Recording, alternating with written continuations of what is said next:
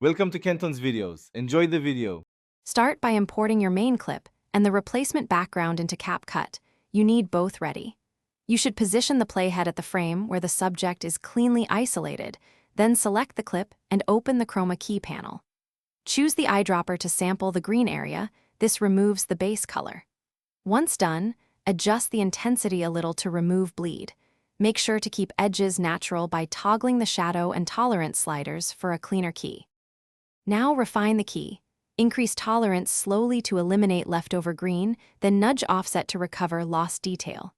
Use feather to soften hard edges. This blends subject into the new background. If spills remain, use a secondary matte or mask to paint out problem zones around hair or reflective surfaces. Next, add a color correction layer on the subject. Match exposure and temperature so the composite looks real. Once balanced, preview playback to confirm motion areas. Remain stable without flicker. Finish by positioning and scaling your background layer so perspective and horizon align. Add shadows if needed for grounding. Export using the project's original frame rate and resolution to avoid sync issues.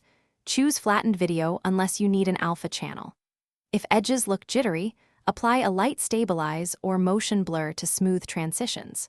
Troubleshoot by resampling the chroma color, dialing tolerance back, or hand-painting a mask. Reshooting with better lighting is the most reliable fix when nothing else works.